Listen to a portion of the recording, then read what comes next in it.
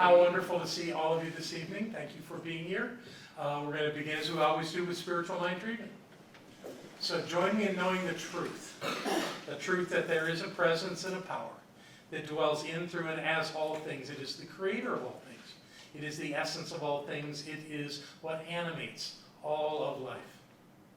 And it's right here, right now, in the midst of each of us and all of us.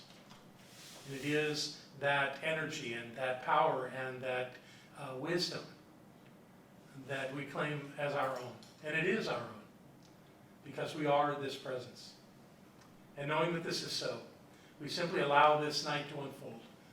We allow this exploration into the idea of prosperous living to awaken within us in a new way, so that we may have everything that we choose to have in life, so that we may live our lives opulently and beautifully and wonderfully and graciously, so that we may be who we've come here to be. And not one of us has come here to be poor. We have come here to thrive and to experience the fullness of life. So we do that tonight. And I know that as each of us explores their own life in this, there are discoveries made. There is information revealed that makes this path even more wonderful. So I'm certain that these things that I say are true for each of us. And we allow this to be everything that it is meant to be, in love and light and beauty and wisdom. And knowing that it is so, in every way, we simply give thanks and let it be. And so it is. Yay! All right, here we are. Thank you so much for joining me this evening. Let's go over the Unexpected Income Program. Has everybody filled out one of those? If you haven't filled out one, they're in the binder. And did you guys get two? So you're going to need to get those. Yeah, they're out on the table out there. Judith is going to be in service. Anyone else not have their folder? Got a folder. Yeah, it's inside the front pocket of the folder. What you're looking for is the increased income flyer. Yeah. That's the one. So what I want you to do is, when on the break or at some point when you are not giving me 100% of your attention, please still let it. And tear off that one panel that's got the information that you're getting back to us, and keep the other part, because it has on it the treatment for increased income. And we use that in class, and I invite you, as it says in the flyer, to do that every day. So be prepared to do that, because that's part of the agreement of the program itself. So what we're going to do is our increased income treatment. So, and we're going to stand up, because that's what April did. So if you don't know it, just follow along on the paper, and we're all going to say this together aloud. I, John, know that God is the source of all supply, and that money is God in action. I know that my good is here now. I am so rich and so full that I have an abundance of money to spare and to share today and always. I know that true prosperity includes perfect health, perfect wealth, and perfect happiness. This word, which I speak in faith knowing, now activates universal law, and I accept the results. I bless all that I have now, and I bless the increase. I bless all the others in the increased income program of our class, and I know that we now prosper together in every way. I give thanks for this good, and so it is. Yay, let's do it again. Let's get it good. Louder this time. Bring it up a notch. I, John, know that God is the source of all supply, and that money is God in action. I know that my good is here now. I am so rich and so full that I have an abundance of money to spare and to share today and always. I know that true prosperity includes perfect health, perfect wealth, and perfect happiness. This word, which I speak in faith knowing, now activates universal law, and I accept the results. I bless all that I have now, and I bless the increase. I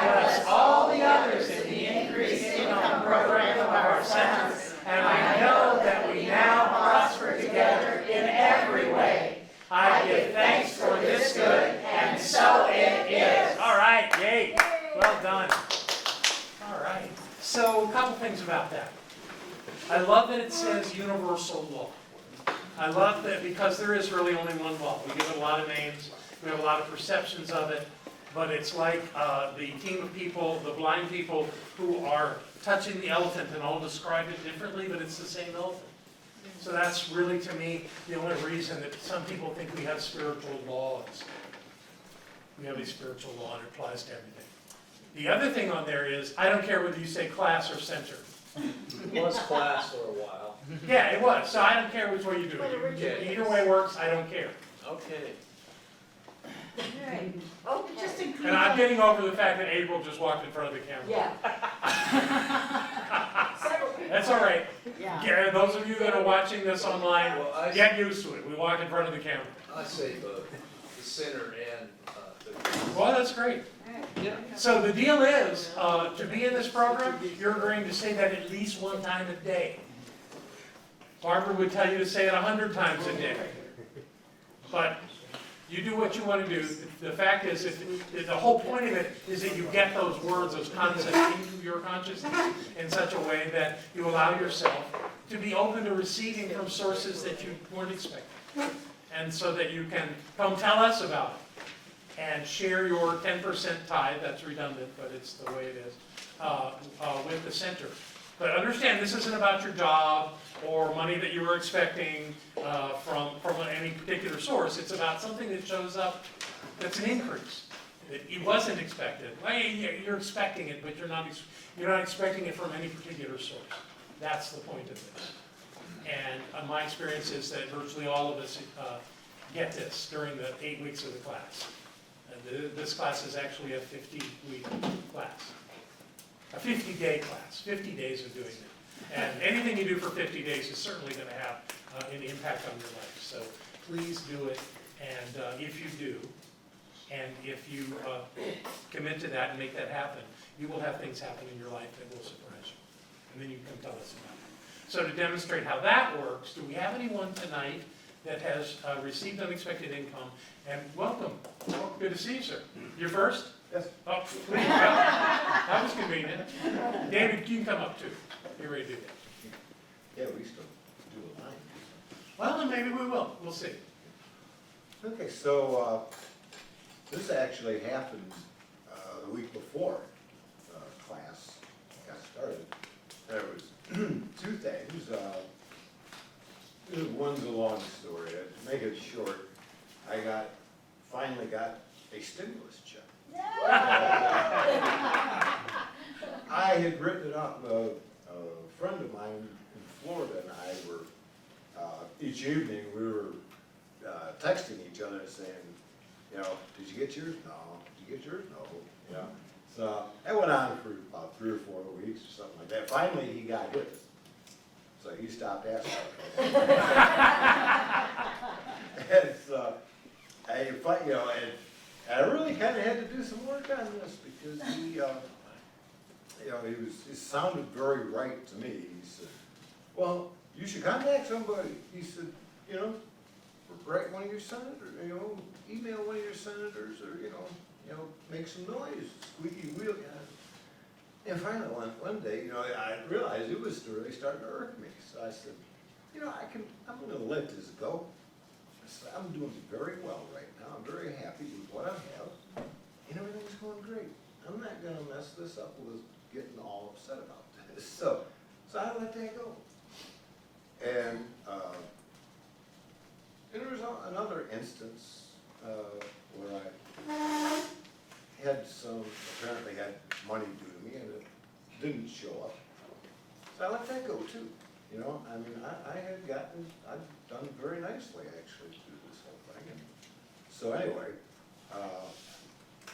last, what was it? I think 2 weeks ago now. Finally got a stimulus check. It showed up in the mail. I was looking at my bank account. It showed up in the mail. I said, wow. So before this class started, just before, I already tithed that. So. Oh, yeah? Yeah. Well, You did everything right. I tithed half of it here and half to Brother Wolf. It was a little I know about you and the 4 leggeds. Those little critters are teachers too. Yeah. So,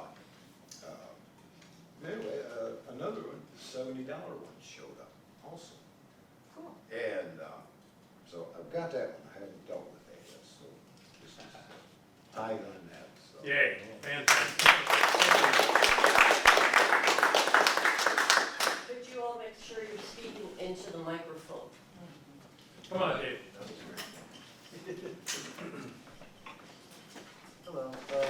Well, I actually started a part-time job about a month ago in peer support because I've been waiting for something to open up at the VA, but it didn't. So instead of moving away, I decided to compromise. Fortunately, a position came open. Normally, I only work about 4 hours a week, but this past Sunday, which is why I wasn't here, I actually got to work 12 hours. Oh. This is my time from that. Yay. Yay.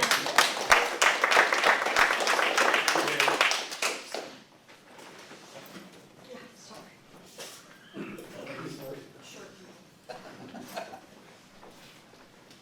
Hi, well, this was very interesting for me. I don't use change, I don't use cash, I don't have coins. Anyway, I got back from this class last week. It was in the evening, and I put my stuff down, and I was just getting ready to go to bed, and there's a knock on the door, and one of my neighbors had come by, and I opened the door, and she said, "Oh, you know, I just saw this dime on your doorstep." And I said, "Thank you very much." And you know, all of a sudden it occurred to me, well, that was unexpected. That was very nice. So I've given that penny in part of my donation from PayPal that I'm making today. So Good for you. yeah, it was really good.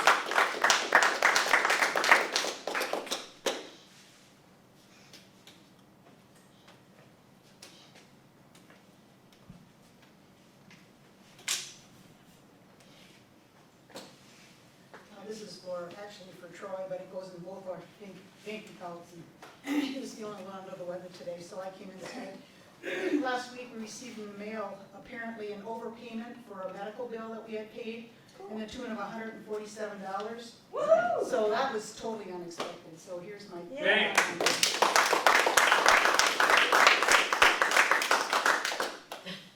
I know. We just should have gone in a different order, right? Yeah. I didn't type in too much.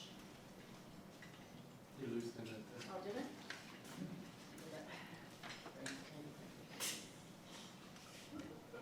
My name is Margot. About a week before the class started, so that's 2 weeks ago, I started really ramping up saying the prosperity affirmation. And I got a completely unexpected check for $48 from the government. They decided to reimburse co-payments on VA medical care. So, There you go. All right.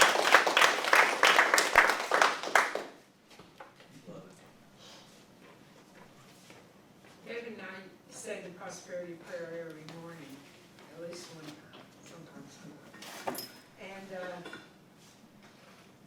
And we usually get something before the class starts. We didn't come last week because we were working.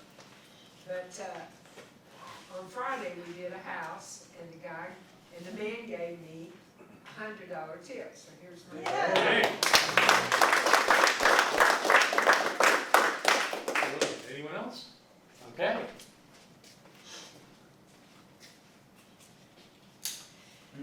I got tied for two different things. One is unexpected. I was doing home health care for a while, and they were doing, what is it called? Where they were giving you more money because it's dangerous or something. I don't remember exactly. Okay. Hazard pay. Hazard pay, thank you. So I got a deposit in my bank account from that, and then I got a check from here, and I really don't know why. But anyway, that was unexpected. Nice. Great. You get everybody? All right, the rest of you get to get up here when the time is right. Fantastic. We love these stories. And what they do is they demonstrate this idea that we really are in charge of what's coming to us, even when we can't identify the details of it. That we're the ones that open up our lives to the possibility of it. and life responds in kind. So it's already started, it often does. I'm not sure how this applies, but I'm going to read it anyway. It's from someone who was here last week, and she writes, the first week, meaning last Monday, I was rolling in late and didn't have time to calculate my tithe. So I guessed at it and put in $150. This week, I'm beyond blessed. Going backwards to June 26th, I calculated it, and it was $1,543.27. So she was very proud of the fact that she guessed, and she got that close to the correct tithe. And this is someone who tithes on every penny. In fact, I think she was the one that coined the phrase, "Don't let the sun go down on your tithe." I just revealed who she is. Just so, but that doesn't matter. So congratulations to those of you that are already in the flow. More is coming, I guarantee it. So do your treatments, and we'll move forward on that. So tonight is a conversation about the spiritual foundation of prosperous living. There's lots of people in the world that have money that have no sense of their spirituality. And they look really prosperous. But I think to get a correct idea around this, or a picture around this, it requires that we look at the idea of what prosperous means. The actual word prosperous comes from the Latin. It's only one letter different than what we use. Prosperous. There's no O in it. And it means fortunate. And being fortunate is a perception. So the idea, I think it fits very well to be that. And to look at ourselves as being prosperous and being fortunate. So all these people that have a lot of money,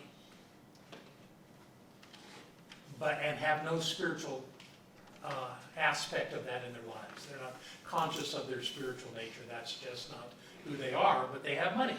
They have money because they created something and sold a lot of it. That's fine.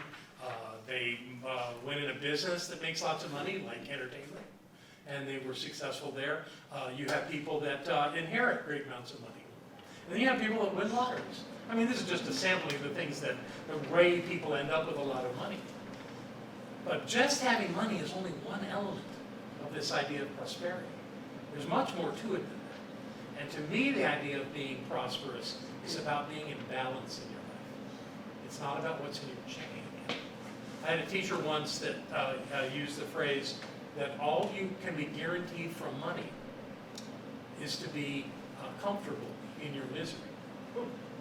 Yeah. Think about that. Good. Yeah. Yeah. To be comfortable in your misery. And it's not guaranteed that you're going to be miserable if you have money, but if you have a lot of money and you haven't balanced out your life, chances are you're going to have some aspects of it that are miserable, because that's sort of the nature of things. Because there's this thing in the human experience where we generally, until we train ourselves not to, we tend to look at what's not working and focus on it. And you can have lots of money and see lots of things that aren't working in your life.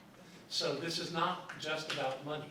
We do the unexpected income program to demonstrate that we are in charge of creating things in our lives without having the details. The details aren't important. Edwin Gates always said that how is none of your business. Just it's the knowing that it's so that's your business. And that's where you focus. How doesn't matter. Thus, we have a program where you have an increase without knowing the details. In fact, I would also say that by trying to determine the details, vastly limits your ability to create anything. When you think it has to come from your job, when you think it has to come from a relative, or some other known source where you've seen flow before, you're limiting yourself. It's impossible to know all the ways that money can come to you. So if you do say, oh, I need more money, I've got to get a raise. No, that's not the way to do it. That's not what you're trying to accomplish. What you're doing is you want to open yourself up in your life up to having something greater. And trying to define that immediately limits it, makes it a limiting idea. So it's really important not to do that. So what I want to do is start with just the basics of this idea of a spiritual foundation. This is not complicated. You have to accept that it's so, absolutely. But the elements of it, the aspects of prosperous living is not complicated. I had a guy I knew once, he was a unity minister, and he said, making money is no big deal. Bringing in money is not a problem. I can go out and get a bucket and a squeegee and a couple of rags and knock on doors, and people will let me clean their windows. And when I've got enough of that going on, I can go on Craigslist and hire somebody to help me and teach them how to do it, and then I can go knock on more doors while he's cleaning windows. Pretty soon I need 2 people, and then 3. He said, it's not a problem. Interesting take on it, huh? Because most of us go, oh, I don't know how to do it. I don't know what to do.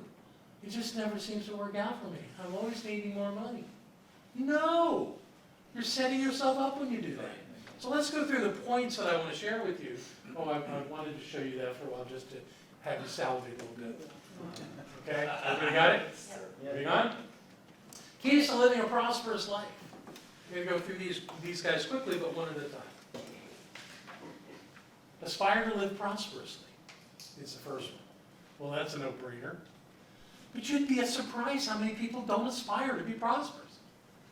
They're stuck in their malady, in their challenge, in their struggle. That's how it works. You know, and if they're miserable enough, their boss will fire them. You know that more people were fired because of attitude during the Great Depression of the 1930s, than because the company couldn't keep them employed. Isn't that amazing? People read the newspapers and listened to the radio and heard how bad things were, and they just got depressed. And they came to work with that sullen attitude. And sure enough, they got fired. Amazing. It's really about us. We think it's about out there in the world, but it's really about us. I was at some convention in Houston, Texas once, and I was sitting at a round table like this with a group of people, and at some point I turned to somebody at the table and said, what do you do? He said, well, I'm a dentist. And I said, so how is the struggling economy working out for you? He said, what economy? I provide services, people come to me, I do the work, they pay for it. What economy are you talking about? Oh, that's brilliant! You know, why watch the news and accept all the bad that's going on and then integrate that into your life so that it can be bad where you are? I mean, even if you look at the whole COVID thing, yes, a lot of people died, a lot of people got sick, all of that happened. How many of them did you know that died? Anybody know anybody who died of COVID? 1, 2, 3. 3. Were they somebody that lived close by or far away? Relative. Far away? They live far away. Yeah, see. So we know it's out there. But of this room full of people, we had 3 people that knew someone who died. At this center, now I don't know, we're going to have many people come through who were infected with the COVID virus. But I only know 4. And 4 over a year and a half. That's pretty amazing. So I'm not saying it didn't happen. But when something happens, even as big as that, we don't have to buy into that all is lost. And we have to go crazy around it. We did our due diligence here. We wore the masks and took the temperatures and had our seats all separated. We played all that game. And when it was over, when we got permission from the government, you know, which is a whole other thing to talk about. Actually, I'm going to talk about freedom on Sunday, and I'll bet that comes up. So, in the midst of all that, there was no crisis going on here. So when a crisis is going on in your life, how much of that is just you? How much of it is just me when it's going on in my life? Maybe like 100%? So it's a matter of perspective. What do we want to see? How do we want to do it? And do we aspire for this life? Because like I said, a lot of people don't. The second one on the list is have a functional plan. So you want to be prosperous. How are you going to do that? Yeah, work every day. Yeah, go to work every day and I'll be prosperous. Well, it depends. Depends on how you do that. So we're going to talk next week a lot about functional plans. Yes. My plan. There you go, there's your plan. Now, Work oh, is toil, it's not misery. no, You know what it's I not. mean? It gives you joy. So this beautiful lady over here pulled up her green flyer and said, "This is my plan." I just want to be absolutely clear about this. This is an exercise to demonstrate how it works. But you can't just apply it to this exercise that we do for this class. You can say it every day for the rest of your life. And I've seen amazing things happen to people with that. But your life is bigger than that. So that's just one element in where you're going. You're going better than that too, bigger than that. Not better, but bigger. So having a functional plan is important. The next one is acquire the knowledge that enables you to think, speak, and act wisely and skillfully. Acquire the knowledge that enables you to think, speak, and act wisely and skillfully. All right? That's the idea that you have to know what you're doing. This isn't hit and miss. This isn't trying to do it. There's plenty of information on how to make this work. It's application. And having the knowledge is a step in that process. Maintain unwavering resolve that you will achieve your intended results. Unwavering resolve. Lofty words, but it's real. You have to want to do this. You can't be, it is not casual. This is not a part-time attitude. It's an all-the-time attitude with clarity and clear intention. And the final one is use spiritual law consciously and appropriately to produce the outcomes you desire. And like I said, prosperity is bigger than the amount of money in your bank account. That's a factor, but it is not the whole ball of wax. So in this class, we will be focused on the second point and the third point. That's what we do here. And the first one, aspiring to live prosperously, there's an indication you're interested in that because you're sitting in this class. But there's absolutely no way that I can aspire for you. There's no way that I can convince you to aspire. You have to want to do that. The fourth one says maintain unwavering resolve. That's up to you too. Nobody can give that to you. You can't get it in a shop. You can't get it in this class. You have to develop that unwavering resolve. And the last one is using spiritual law consciously is absolutely up to you. Can't do that one either. But the second and third one we can work on. We can get you knowledge and we can create a functional plan. And that's what we'll do here. That make sense? Any questions? Any thoughts? Just leave it up for them. Just leave it up. Okay, I'll leave it up for a minute. Yeah, that's it. That's all there is to it. I know it's easy to say. And I would say that, a vastly large portion of humans on this planet are doing this. And that's why most people aren't particularly prosperous. You ready to go, Breezy? No. Almost. She's almost there. So being prosperous is about being in the flow of life on every level.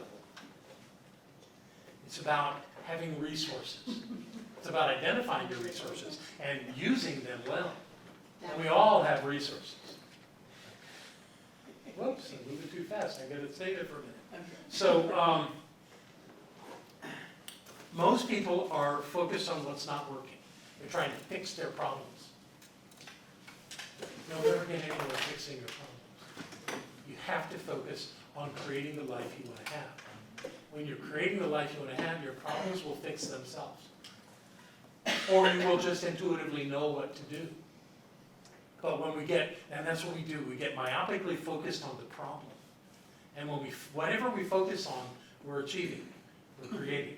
So when we focus on the problem, we get more of the problem. We get more of that problem, it gets more complicated, or we get more problems like it. If we think that life's filled with problems, I guarantee you, life will give you problems, because that's how it works. Because you're in charge of your life, beginning to end. It's you that is making your life happen. No, I'm not, I didn't do that. Yes, you did. You may not be aware of how you did it, what you thought, what it was that brought that into your life, but you're doing it. because that's how it works. So, another piece of that puzzle to understand is never, ever blame yourself for your problems. Blaming yourself just ingrains it into your consciousness that you're a screw-up and that you don't know how to do this well. And that is not the case for any of you. Because if you can create really, really challenging problems in your life, you can create wonderful experiences. It's the same dynamic. It's the same system. It's the same spiritual law. The law doesn't care what you create. It'll create whatever you think about. It just mirrors back to you what you believe. And if you believe things are bad, oh, the bad is just delighted to come and mess up your day after day after day. And that's why people get depressed. And they think life doesn't work when they're in the driver's seat the whole time. Yeah, okay. Now we can move on, I think. Let me see. Yeah, so what I want to do is create a context for how to manage our lives. The things that we need to focus on to make our lives work. This too is a very simple thing, but I found it incredibly valuable in looking at how my life is organized, and I'll bet it works for you too. It's called the 4 Pillars of Life. And it's written sideways because I wanted it to look like pillars. Not very fancy, but there they are. They are health, wealth, relationships, and self-expression. I want to talk about each of them for you. First one's health. I'm very sensitive about this one right now because of Barbara's condition, what she's going through. So, what I want to say about that relating to Barbara, one might ask, and I'll bet a lot of people ask themselves, how can this so incredibly powerful teacher of truth end up having physical maladies that limit her ability to do what she loves to do? There are things in Barbara's consciousness that created this. I've seen them over the years. I participated in them. Barbara is not a fan of allopathic medicine. She and I, neither one, had a doctor till we were 65, and Medicare made us. It did. It made us. It said, if you're going to be in this program, you have to pick a doctor. So we picked doctors. She didn't like her doctor. So I convinced her to try my doctor. She likes him. But there was a conversation just weeks before she had her stroke where he said, I want you to go into the hospital. And she said, absolutely not. She did not know that her carotid artery was completely blocked. Had she known that, she probably would have done something different. But she didn't know that. She had a problem with blood pressure. She had tried several blood pressure medicines, and they didn't work. They didn't work. There were side effects that she was very uncomfortable. But it really was an attitude. She and I both had it. We're going to stay away from all that. And we turned 65 and stepped into the game. And she was 66 when she had her stroke. So, was she a person of low consciousness? I don't think so. And I don't think that physical maladies are a demonstration of low consciousness. I don't think having physical challenges is in any way a lack of consciousness or low consciousness.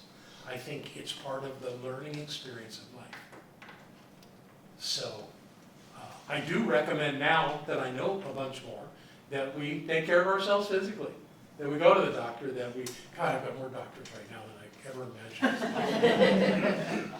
I have a urologist, a cardiologist, I have, what else? I have a physical therapist that's a doctor. I've got a primary, and I'm sure I've got 2 or 3 others that I'm not thinking of right now, but it's like a whole new world for me. And I'm just I'm dealing with it at my level too. There's another piece of that for Barbara. She worked her entire life since she was a teenager. And she worked hard. And while I was off for 6 years running our international organization, she ran this place. She didn't get extra help. She didn't have a bookkeeper. She did it herself. She did everything. Not everything, but she did a lot. I think it was time for her to not do that. Barbara woke up this morning and said, I feel great. She doesn't do that every day. Some of the drugs she's taking have an impact on her sense of her well-being. But she's off the main one right now. There's a period where she doesn't do that particular drug. It's working. It's doing what it's supposed to do. But she's off it right now. And it's been 3 days and she's feeling good. So she's feeling good. You know, she doesn't have the full range of physical use of her body that she used to. Her finding words is still a challenge for her at times. But she's living her life. So let's not find fault in her. I'm not suggesting any of you are, but that's part of this process. So this idea of health is an integral part of our lives. Obviously, her health situation and others in this community have changed their way of being in the world. It's not bad, it's just different. But it's our job to take care of our health, no matter what. And when something happens that seems so completely out of our control, there must be something in that serves us in our lives. There must be. Or why would that even be a possibility? I loved what I said on Sunday about the man on the street that told Michael Beckwith the problem with life is that there are no problems. And I believe that's true. There are conditions, there are situations, but they're only problems if you call them problems. So everybody's on their path doing what they need to do. And sometimes people on the path of going through physical maladies can be very inspiring. This young lady right in the front of the room who has been dealing with MS for how long? 32 years. 32 years. Breaks the mold on being physically capable with what she's gone through. And it's a model for anyone that's going through that. It's quite amazing. And I've been deeply inspired by the road that our beautiful Laura's been on. I had to work on myself to not see this as a tragedy. Because it was not anything that she did, but picking a doctor to get a procedure that had nothing in it that told her that there was going to be a problem that almost took her life. And yet, here she is, beautiful, wonderful, with a big smile on her face, loving life. Wow. The one that wrote that note that I read today was run over by a car by the person she was in a relationship with. She was just dead. I looked at her body in the intensive care unit at our local hospital, and there was no reason for that woman to be alive. And here she is. And her biggest challenge right now is her vision. It impaired her vision. The car's wheels ran over her head. She had stitches all over her. It was just crazy. And yet, she's up and functioning. And bless her heart, you know. So all of these people, Barbara included, are inspirations. So they're doing something very powerful in the world. So I take nothing away from them. At the same time, take care of your body. The next one is wealth. Wealth. That's the piece that we think this class is about, but I assure you it's not. It's about all of these. Wealth is wonderful. It's delightful to have stuff, to have money, but it's not the whole picture. So if we compartmentalize it and think that that's going to solve all our problems, I guarantee you it's not.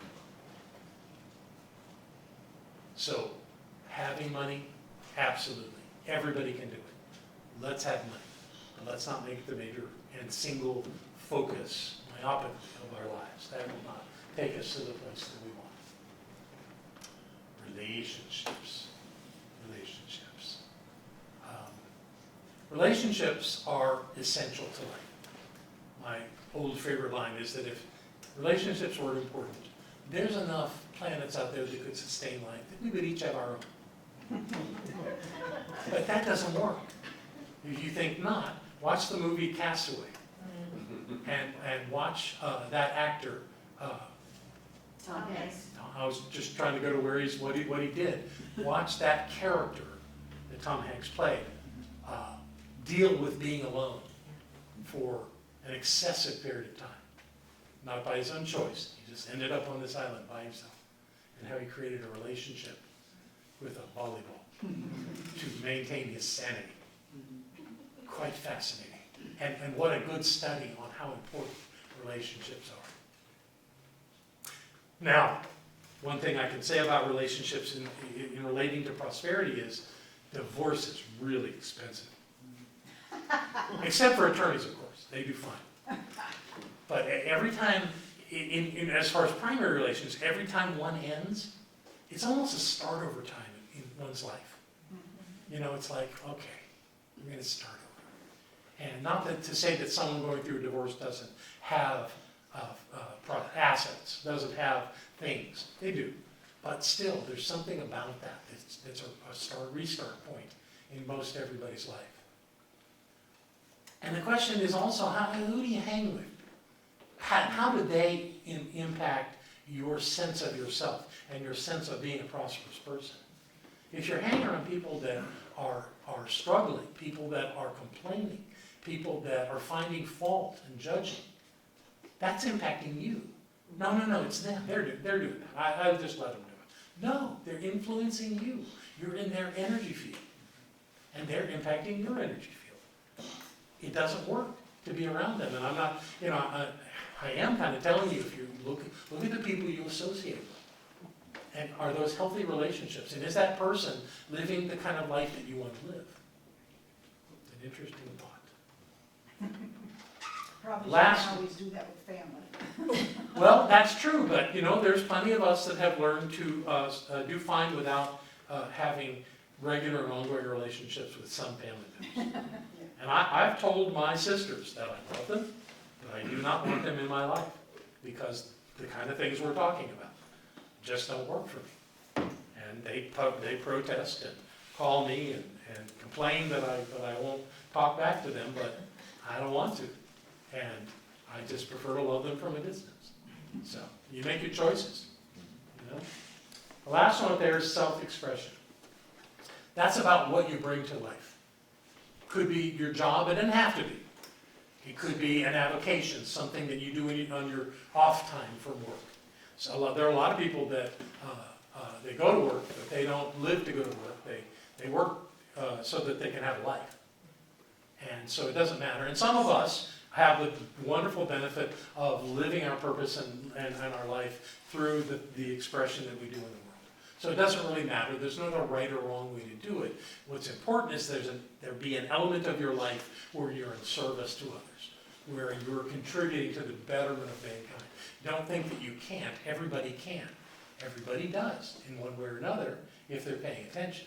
And without that, if that part of your life is empty, if it's not being fulfilled, then it's impacting your ability to be prosperous. So these are the four pillars of life, is what I call them. What I have seen with people over the years is that oftentimes people have a couple, maybe three of these worked out, they're humming, and then they've got one or two that aren't really working. And the natural tendency of people is they get that. If you have an honest conversation with them, they'll go, yeah, it's not working. So what do? They focus on the parts that are working. And they do better at that. And they think somehow that's going to make up for the ones that aren't working. But unfortunately, that doesn't really work. That takes us back to the idea of being comfortable in our misery, especially if we've got wealth and self-expression worked out, but we don't have our health and we don't have relationships working well. Our lives are kind of screwy. There's wanting in all of that. So the idea here is that these four pillars, as I call them, contain everything. Sometimes there's overlap in them, where something about your life could go in more than one of those categories. But and this is the question I always ask in class. Can anybody think of anything going on that's important in their lives that doesn't fit into one of those categories? And you go, spiritual? Well, it's all spiritual. Anybody can think of something that doesn't fit? All right. So simple. I love simple. Four categories, 4 pillars, 4 things to look at to make sure they're working in your life. And you have to do it consciously. And we'll talk more about that later on. So, any questions or comments or thoughts about this model? I love this model. I think not.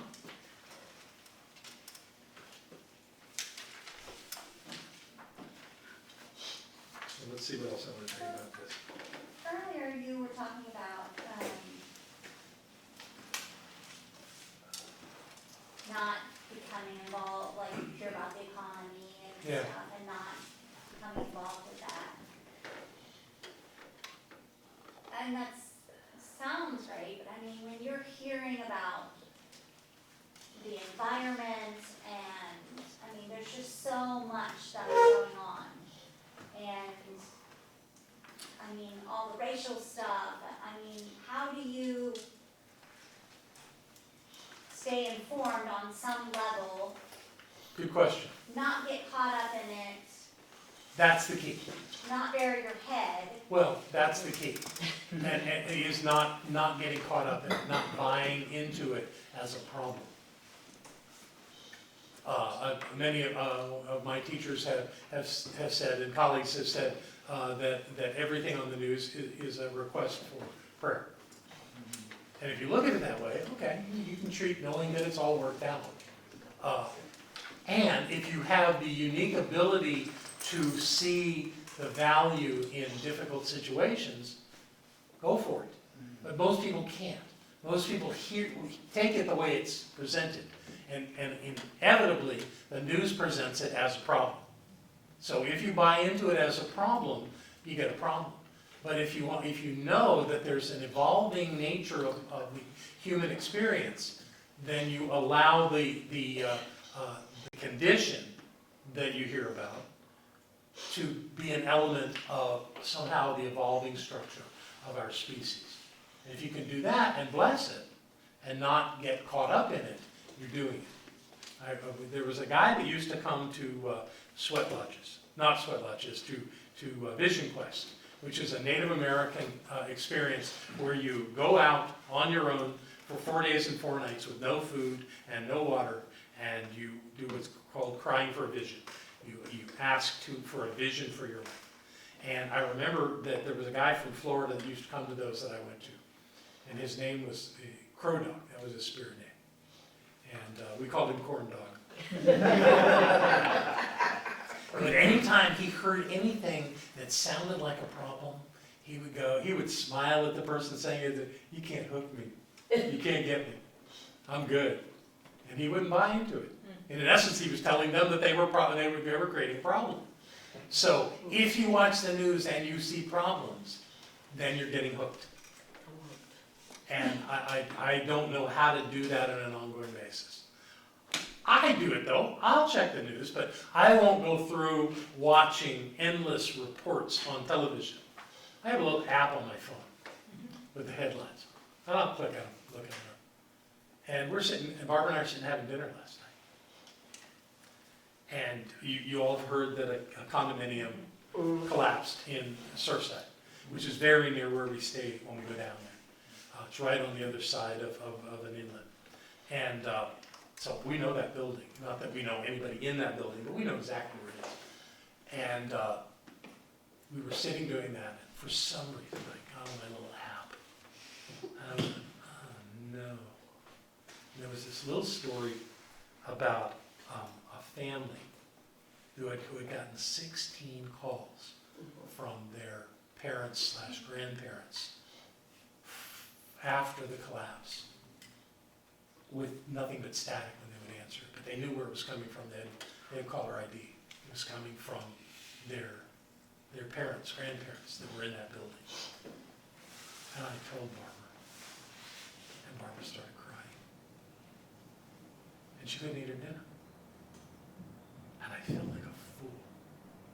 Why did you do that? Why did you bring that into our dinner, into our time together? It was a good lesson for me. I got over being a fool pretty quick. I said, learn this. Don't do that. Don't bring that into your home. You want to look at the news, take a quick look at headlines, go ahead. But do not bring that into your home. So I learned a big lesson from that. Yeah. So, that give you a little place to work there, Laura? We'll talk more, okay? Yeah. All right. Anything else? Anybody else come up with anything? How we doing? We're doing good. Peggy? John, Peggy has her hand up. Yes, Peggy? Well, I was gonna say something similar.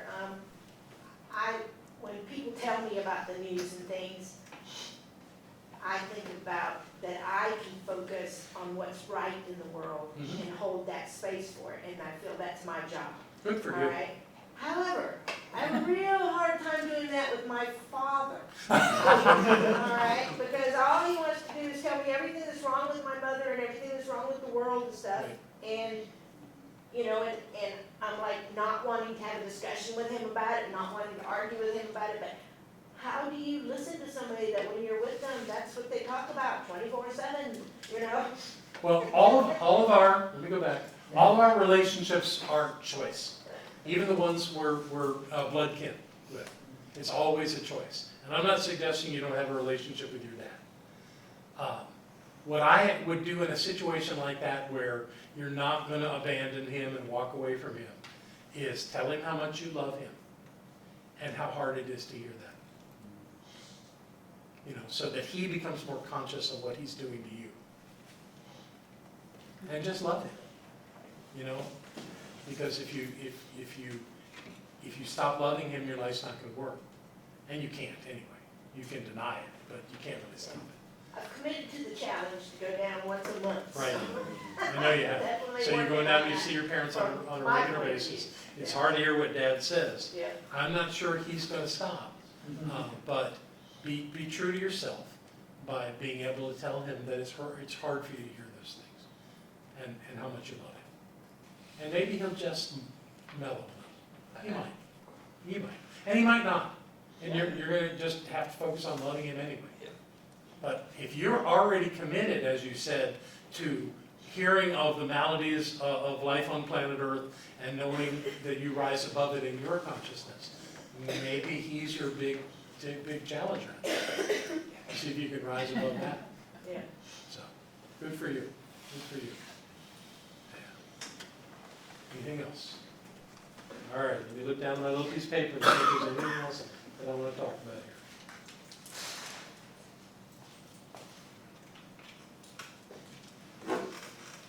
So I think that the good point of all of this is being aware of who we are in the midst of it all. That's what we talk about in our life. We're powerful, creative, spiritual beings.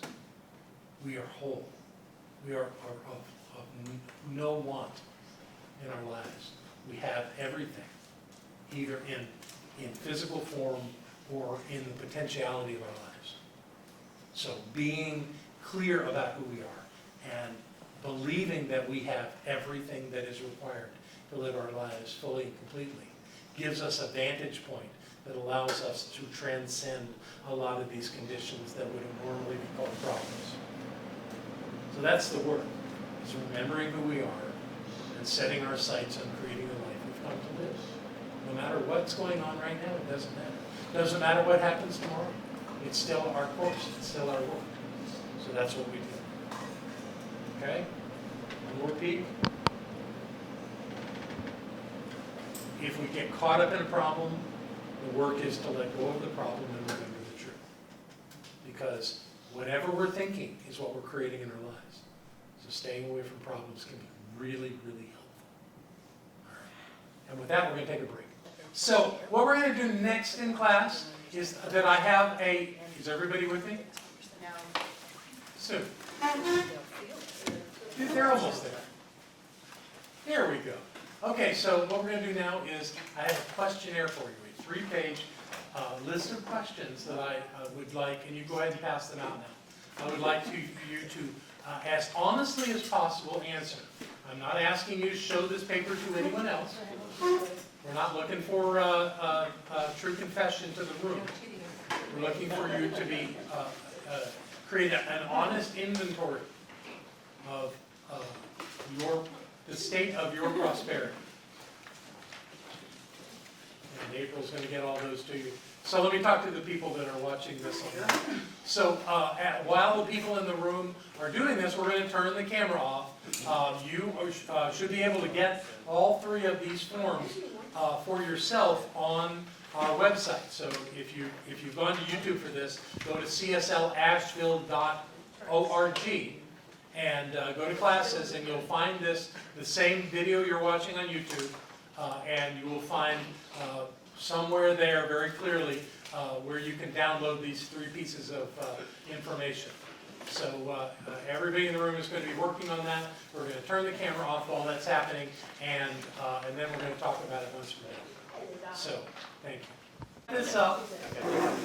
Welcome back. So for the folks that are watching online, let's let them know that you have taken this questionnaire, this apparently poorly constructed questionnaire. But what they're looking at online will be better. We're not critical. I know. And you've had this conversation, it's a lively conversation going on, which is delightful. And I'd like to know if there's anything that came up in your group that's worth bringing to all of us. Anything that you discovered that isn't critical. Anybody have any thoughts? Yes. There we go. Jen wants to go. The one that was really useful for me, there are a lot of useful ones for me I starred them so to always remember whether I was doing them or not doing them. Do you live as though your potential is limitless? For me, I absolutely know my potential is limitless. The caveat is, do I live as though? That's the one I need to always remember. Oh, good for you. Good for you. Yeah, the point of this is not to make anybody wrong, but to say, where could you just tweak things in your life that would get you more where you want to go? Anybody else have a thought? Over here? Well, one thing is we got into the discussion. I found, I've got a very active inner critic. Yes. And so when I went by this one quick, I found that I was Familiar with inner critics. Yeah, I had a teacher once that called his inner critic an obese Nazi.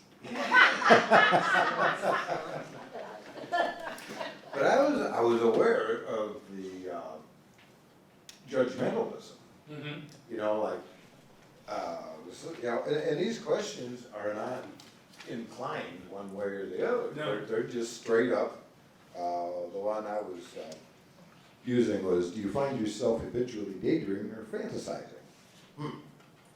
Yeah, I do. I mean, sometimes I fall into those YouTube videos, a lot of them are cats and dogs. But 45 minutes will go by and I've watched a half dozen of these things and I'll say, oh Jesus, you could have done this. Vortex. But it's me making those judgments. There's nothing wrong with sitting there for 45 minutes watching that stuff. So what? That's right. Your choice. So I was aware of that. Each one of these, I was, my little inner critic was saying, oh, I did that one, So that was. I think one of the points of this is just own your life. Yeah. Because if your critic is making you wrong, maybe averting what you do lets it be okay. Yeah. Maybe. That's certainly one way to look at it. Who else has a thought they are willing to bring to the room? Agatha.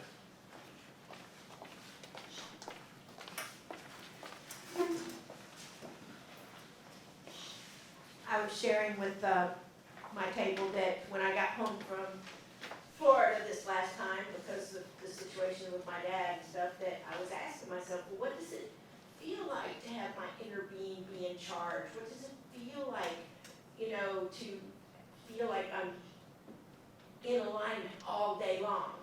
And I was like, well, it feels happy, it feels joyful, you feel good. And then I'm like, well, then I'm doing it. I'm just not giving myself any credit for it. There you go. Because that is my main focus and has been for the last 3 or 4 years is joy and happiness. And if it doesn't feel good, I don't do it. So it's not right away. That's beautiful. And that's working for me for the most part. So Well done. That's I'm great. really happy about that. Thank you. Thank you. I've spent the last 2 years in total self-reflection in my chaplaincy program, whereas writing oodles of papers and self-reflections every week. And this is fantastic because it showed me where I am doubting myself right now and where I am sitting in judgment of others.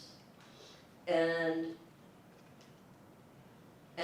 I'm forgetting to find the blessing in everything. Nice, nice. And so that's what I'm reminded, that that's my job. Brilliant, very nice. And we all fall off the wagon. I mean, come on.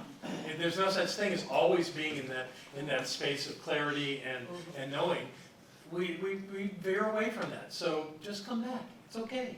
No problem. Sylvia. I wanted to clarify, so there's this guilt thing that happens when you don't answer it the way you want to. So really going into this understanding that there is no right or wrong. Correct. But yet, had I done that, then I might not have really felt that guilt. I need to not have 3 pieces of banana bread the next time I have.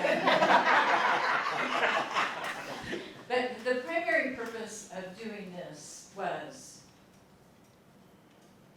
To make you aware of yourself. Self-awareness is the key, you know, and what gets in the way, of course, is when we judge ourselves, when we make excuses for ourselves, when we do anything other than just saying that's what's going on. When we know what's going on, we can do something different if we want to, or we can do the same and be clear that that's okay. It's our choice, but when we don't think about these things, they just go on and on and on, and nothing will cause them to change. So this was just to pull things to the surface and see what was there. You know, no right or wrong, just taking a look at life. Betty. Your very first question kind of tripped me up on how are your daily activities well organized? No. I mean, I'm retired, I don't have to have anything specifically done, and if I start doing something and something comes up that is of a higher priority, I'm not gonna say, no, I can't do that, I'm doing this. So my whole focus is to go with the flow. And maybe I don't feel like pulling weeds in the garden today. Maybe it's too hot, maybe I just decided I'd rather vegetate. So part of my learning process, and I think I'm getting a little bit better at it, is not judging myself if I don't accomplish what I set out to do that day. And be okay. Well, yeah, exactly. And there's some things that you do on a regular basis. I'll bet you go check for eggs from your chickens. Well, sometimes I do and sometimes Troy does. Okay, but it gets done. Yeah. And the chickens get fed. And the garden gets tended, whenever and however. So there are things that are priorities in your life. Well, yeah, I'm just saying that when it says, are your daily activities well organized? I went, no, I wouldn't want them to be that way, because that's rigidity in my book, you know? Okay. It's like, I have to be able, I mean, if phone calls from somebody that needs something, I'm not gonna say no. I'm just saying that if something comes up that needs to be taken care of immediately, I'm gonna do that, you know? So there's an advantage to being more free flowing. And as I said, I think over the last couple of years, I'm getting better at not judging myself on what I get done then. Good. It's nice to have a vegetable day now and then. Sometimes you need it. Who else? Anyone else? Any other thoughts? Okay. Thank you for indulging me this process. I hope there was something in it for you. That was the intention. So what what we're going to do, we're getting close to the end of class, is I want to read you a paragraph out of this book called The Spiritual Basis of Real Prosperity by Roy Eugene Davis. Davis was an amazing teacher. He lived down in Georgia and taught, I don't know, just so many people, and was really clear about his spiritual path. So listen to his words here. No one and nothing outside of us can take from us what is established in our consciousness. No one and nothing outside of us can permanently provide for us what is not already established in our consciousness. When wholeness is realized, clearly known and vividly experienced, it pervades our consciousness, mind, body, and environment. When beliefs and illusions of lack or limitation are forever banished from our mind and awareness, We cannot experience lack, nor can obstacles to personal expression, creative endeavor, or successful accomplishment of purposes prevail. So he's saying there that we're really in charge of our own quest for life, and no one can live our lives for us or tell us how to live our lives. I believe that when we were children, we adopted the beliefs of our family members, our teachers, and people that had influence on our lives. I want to assure you they were just as messed up as everybody. Maybe in some cases more, in some cases less, but the fact is that we have to come to a point of being free thinkers. We have to come to a point where we make our own choices, and the fact that we've adopted other people's perspectives earlier in our lives means they're always up for review. We need to consider them. What's working and what's not working. Let go of the stuff that's not working. Can you say real quick who's that book by? Roy Eugene Davis, amazing guy, yes. And I want to close our work here today with a series of quotes that on the matter of what we're talking about, and see what you think. So don't try to write this stuff down. If you want to write it down later, I'd be glad to share it with you. But right for now, let's just let this stuff wash over you. And you can read it with me, or you can close your eyes. I don't care which way you want to do it. But these are some quotes from some well and not so well known people that I think applies to what we've been talking about. When I think about creating abundance, it's not about creating a life of luxury for everybody on the planet. It's about creating a life of possibility. It's about taking that which is scarce and making it abundant. That's from Peter Diamandis. The source is within you, and the whole world is springing up from it. The source is full, and the waters are ever flowing. Do not grieve. Drink your fill.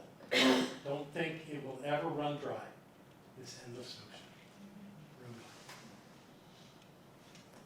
There is a lie that acts like a virus within the mind of humanity, and that lie is there's not enough good to go around. The truth is that there's more than enough good to go around. There's more than enough creative ideas, power, love, and joy.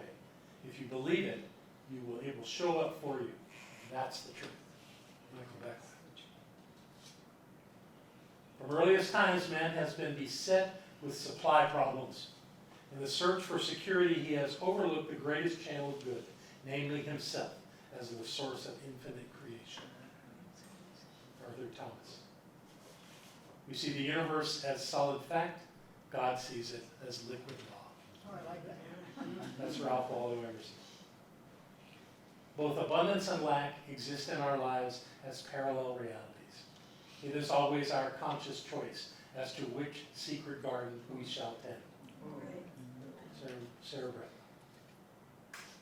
The more you lose yourself in something bigger than yourself, the more energy you will have. Norman Vincent Peale. The greatest awakening comes when you are aware of your infinite nature. So live with those ideas and see if your life doesn't get better and better with everything you do. When we are conscious of who we are and we work from that, our lives really do get more full, more rich, more valuable. And good to be with you tonight. What we're going to do is pass our baskets now. We've already got a bunch of stuff in this one.